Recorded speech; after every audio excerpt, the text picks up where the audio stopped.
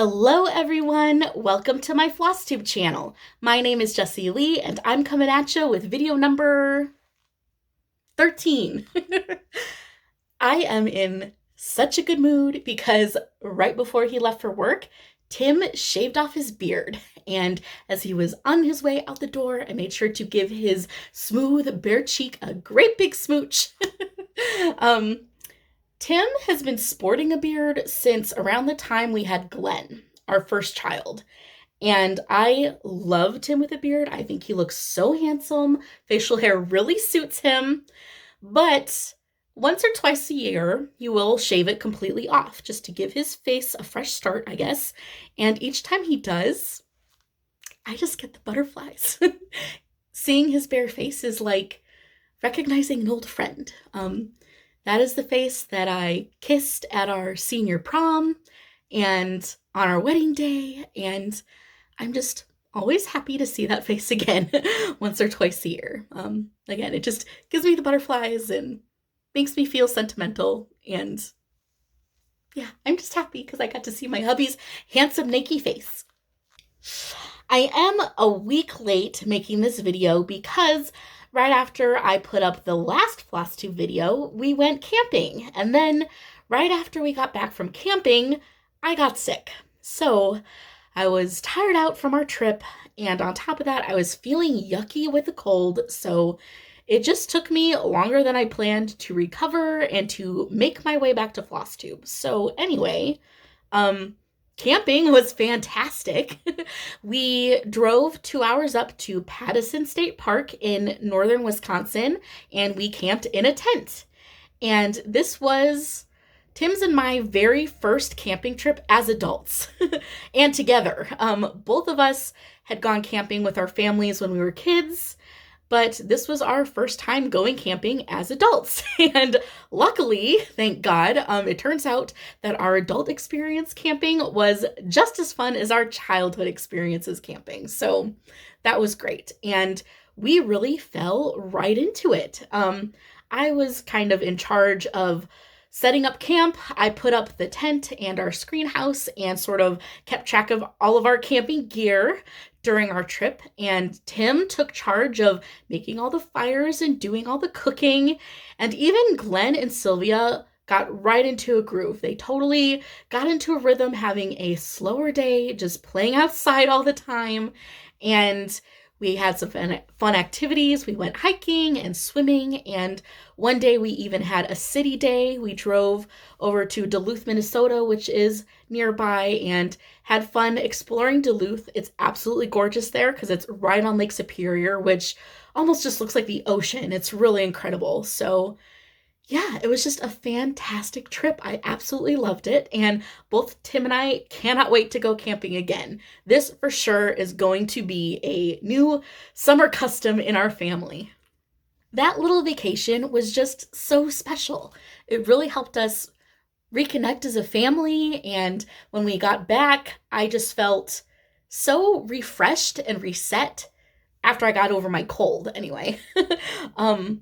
Yeah, it was just a really special experience that I'm so grateful for. And also, I would just love to hear about your vacation experiences. So please go down in the comments and tell me about your most special vacation you've ever had. All right, on to stitching stuff. I will show you my whips, starting with my temperature garden. Have you missed it?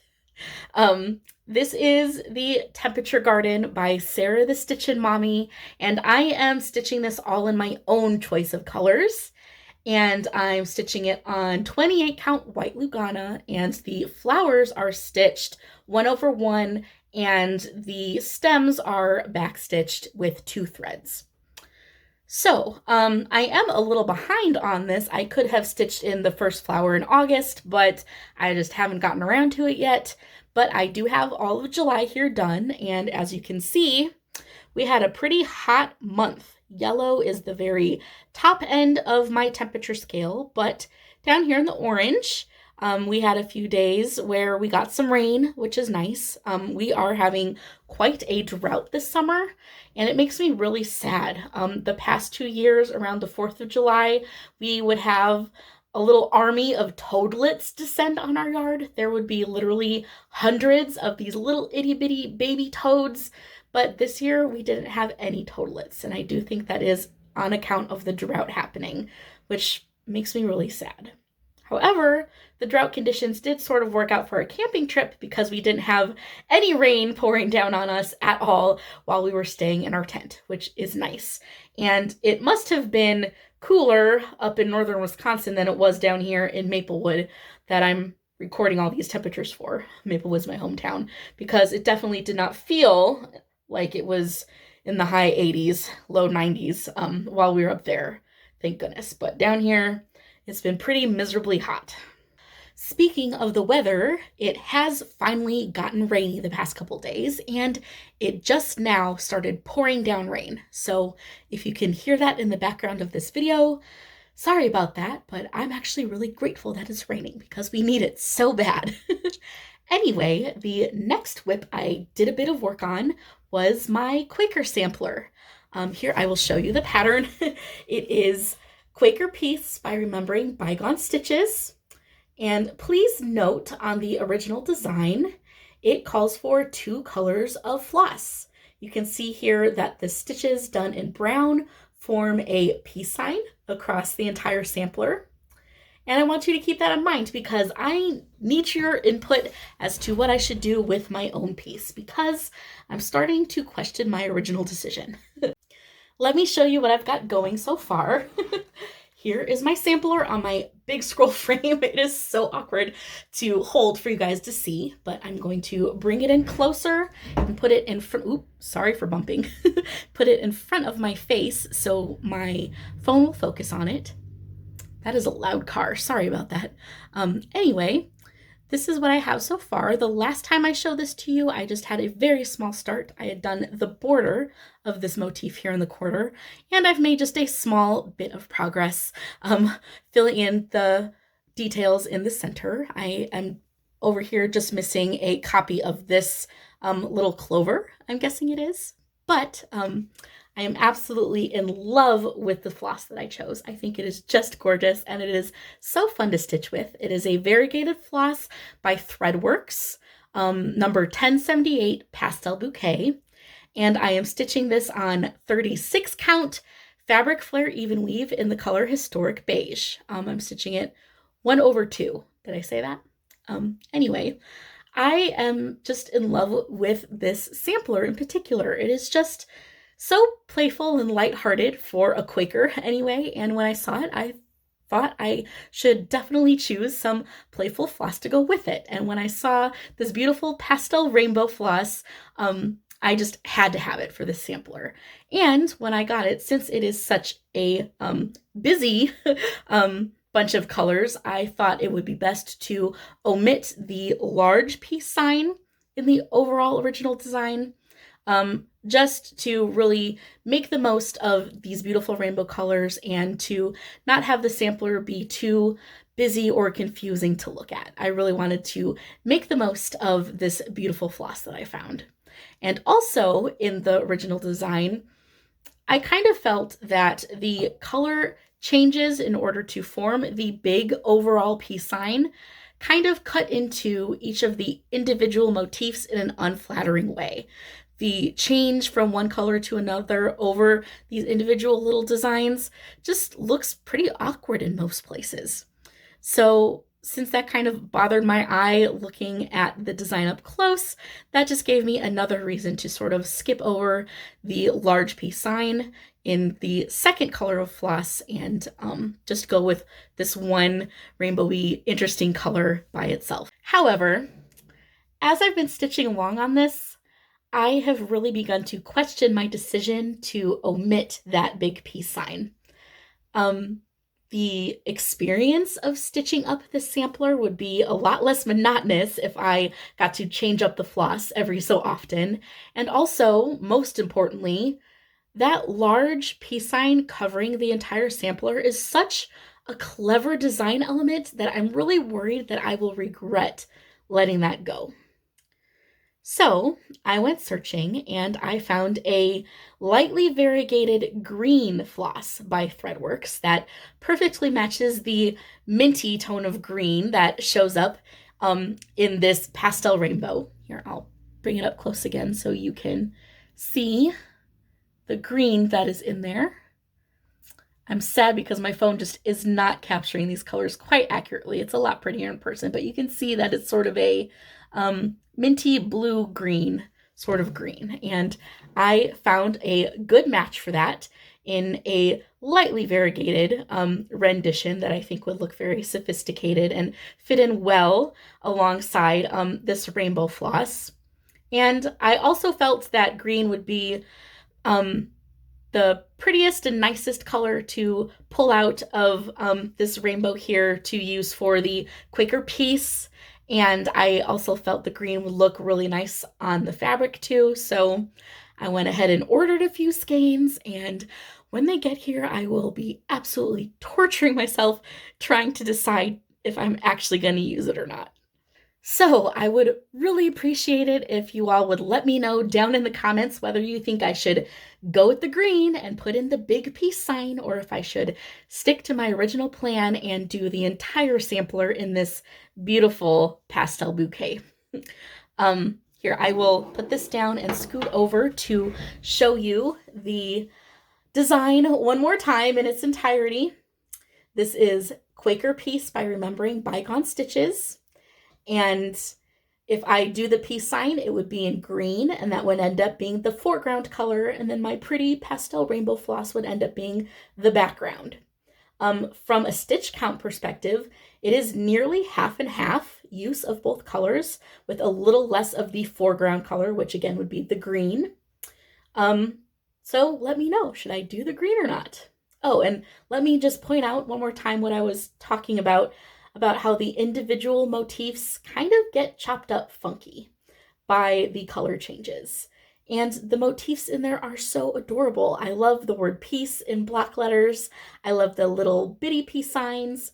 I love the butterflies in there and the line of people holding hands. And of course, just all the traditional Quaker designs are so cool. And I really care about those sweet, adorable motifs, and I really would love for them to look their best, but I feel like they wouldn't look their best if I did make the leap to incorporate the large peace sign, which in and of itself is such a cool design element. So let me know your opinion, because I am really, really torn, but even though I'm sort of racking my brain over what to do with the sampler, I am really enjoying stitching it.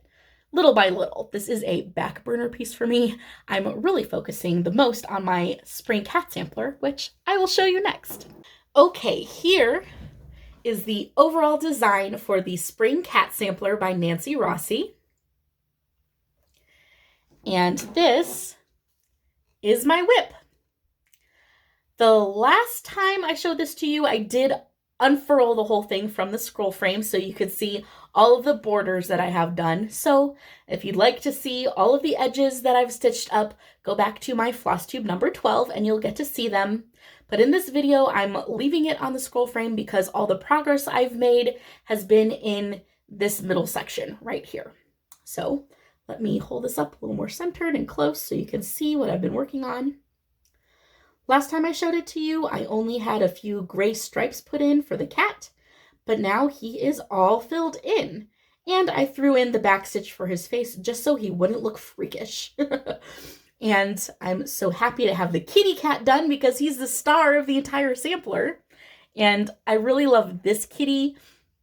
I think he's probably my favorite kitty out of the seasonal cat samplers just because he actually looks like my own Casper. Casper has been in one of my Flosstube videos, and he is a gray tabby tuxedo kitty just like this guy, except Casper is a lot fatter. Anyway, I'm really proud of the progress I've made recently because this middle section right here was the most intimidating for me to work on. This is the largest motif within the whole sampler. It's the most dense stitching. It has a lot of confetti, and just looking at the pattern was a bit intimidating, but I patiently plugged away at it and I've gotten so far and I'm just feeling really proud of myself. It is a huge relief to have all the stems done. That was the biggest pain of this part. The most painful to my eyes, the most tedious, but I did it. They're all done. So now all I have left is a few more beautiful flowers. The largest flower in this section was this iris right here. Got that out of the way, and it was not too bad to do. So I expect the final few flowers I have left to put in to breeze on by. Knock on wood. It'll go that way. And after that, I'll have a bunch of back stitching. But the back stitching I've done throughout this piece has been fairly quick to do and not nearly as bad as I thought it would be just from looking at the pattern. So hopefully the back stitching will go nice and steady, and then I can move on to the finishing motif of the piece, and that is the adorable bird feeder and birdies at the very top. And I skimmed over the pattern for that part of it, and it looks a lot simpler and more straightforward to do than this section that I'm still plugging away at. So I am just feeling really excited. I just see a light at the end of the tunnel for this piece, and finishing this thing will be such an accomplishment for me. This is the biggest cross-stitch piece that I've ever done, the largest stitch count anyway, and yeah, I'm just so excited because I'm really beginning to feel a finish coming on with this one. Aside from feeling excited about how my spring cat is going, I'm also really psyched for my other stitchy plans. August is my grandma's birth month. In fact, today, August 8th, was her birthday. So I will be bringing out my Birthstone Girls. Here is how my whip looks so far. The little girl in green represents my mom, Laura, and then the girl in purple represents my daughter, Sylvia. And my grandma will be put in right over here in this section this month, and then between my mom and Sylvia will be me, and my birthday's in October. So let me roll this back up really quick if you don't mind. I'm happy to begin working on my grandma's Birthstone Girl because she looks a bit different than the others. This is the outline that I drew for the Birthstone Girl representing my grandma, and as you can see, she has curly hair. My grandma Bernice had curly brown hair that none of the three of us down the line inherited. We're all blondies, but grandma had brown hair, so it'll be fun to stitch a girl with a different hair color. And I also just love this curly hairstyle with the pigtails because it just looks so cute and spunky, which just so totally fits my grandma's personality. So I just feel that this Birthstone Girl is extra cute and extra special because she really, really reminds me of my grandma as a person.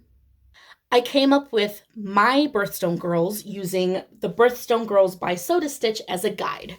These are Birthstones 1 and Birthstones 2 by Soda Stitch, and I took various parts from some of these girls and then Frankenstein them together to make my own Birthstone Girls that more closely resemble myself and my grandma, mom, and daughter. I also have plans for a new start that is pretty special because it involves all of you stitchy friends of mine. In my last video, I gave you all a heads up that in September, I will be hosting a SAL over on Instagram that is cat themed. I would love for you to join me on Instagram in September, stitching on any project you like. It can be a whip or new start, doesn't matter, as long as the pattern has a cat on it. And it can be any sort of cat. Lions and tigers are totally welcome. Anyway, I recently decided on the hashtag for the SAL, and that will be SAL All the Kitties. And I totally picked out the pattern that I will be stitching for the SAL, and that is going to be Life with Cats Royal Audience by the Blue Flower. It looks like this. You may recognize it because I included it in the giveaway that I did last month. But I have owned the PDF of this pattern since 2020. And all along, I've been dying to stitch it because I know I really want to hang up the finished piece in my entryway. So the cute, grumpy kitty will be greeting all of my guests with her resting bitch face. Anyway, so I am going to be kitting that up soon, and that should be some interesting haul for me to show you in a future video.